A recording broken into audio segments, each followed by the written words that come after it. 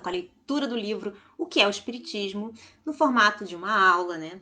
E na aula passada, a gente falou sobre a diferença entre o espiritismo e o espiritualismo, né? Que significa o espiritualismo são todas as pessoas que acreditam em algo além da matéria, e o espiritismo são as pessoas que acreditam na vida após a morte, que acreditam nos espíritos, ok? Não somente na vida após a morte, mas que existem os espíritos.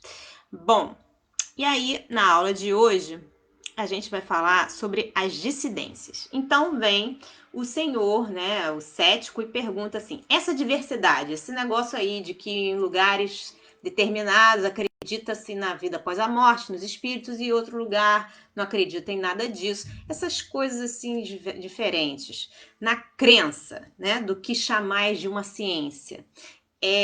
Parece-me a sua condenação. Quer dizer, ele acredita que se existem pessoas que pensam diferente de um determinado assunto, esse assunto está condenado. E aí ele continua falando assim: se ela se baseasse, essa crença, né? Essa ciência, se ela se baseasse em fatos positivos, não deveria ser a mesma na América e na Europa? E Allan Kardec diz o seguinte: a isso responderei primeiramente que tal divergência só existe na forma sem afetar o fundo. Realmente, ela apenas se limita ao modo de encarar alguns pontos da doutrina e não constitui um antagonismo radical nos princípios, como afirmam os nossos adversários, sem ter estudado a questão.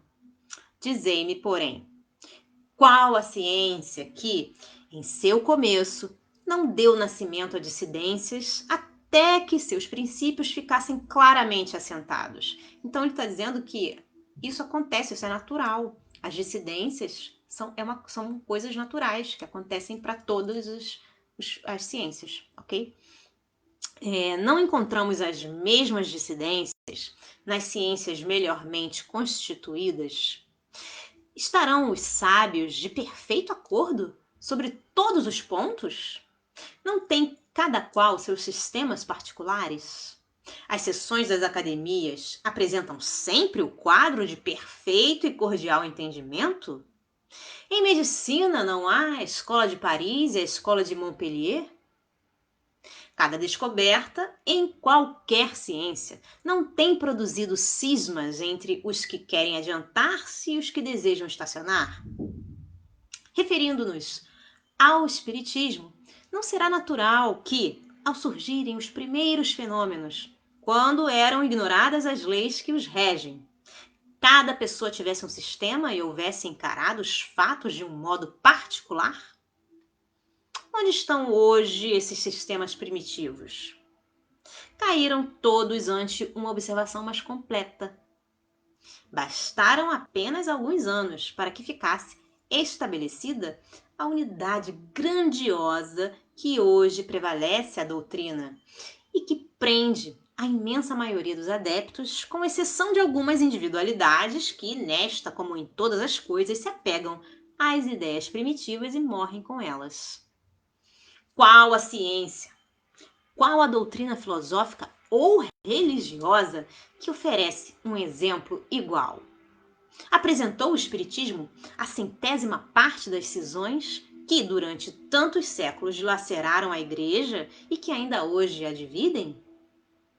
É realmente curioso ver as puerilidades a que recorrem os adversários do Espiritismo. Não indicará isso uma falta de argumentos sérios? Quer dizer que ele está dizendo que os adversários, né, quem acha que o Espiritismo é uma coisa falsa, eles tentam se apegar ou né, focar em assuntos assim tão chulos, né, tão ridículos, que não merecem nem prestar atenção, mas tudo bem. Se os adversários, né, se eles tivessem argumentos sérios, não deixariam de fazê-los valer. Qual o recurso de que lançam mão? Qual é o recurso? Zombarias, negações, calúnias, porém nunca de um só argumento peremptório. E a prova de ainda lhe não terem achado um ponto vulnerável, é que nada pôde deter-lhe a marcha ascendente, e que apenas com 10 anos de vida ele já conta tal número de adeptos como ainda nenhuma seita contou depois de um século de existência. É fato verificado e reconhecido por seus próprios adversários. Para aniquilá-lo, não era bastante dizer: isto não se dá, isto é um absurdo. Seria necessário demonstrar categoricamente que os fenômenos não se reproduzem, não podem reproduzir-se.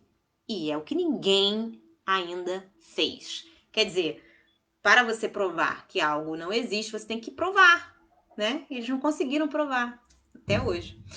Então, gente, ficamos por aqui por hoje. Na próxima aula vamos falar sobre os fenômenos espíritas simulados, ok? Espero que vocês estejam gostando. Um beijo grande. Até a próxima. Tchau, tchau.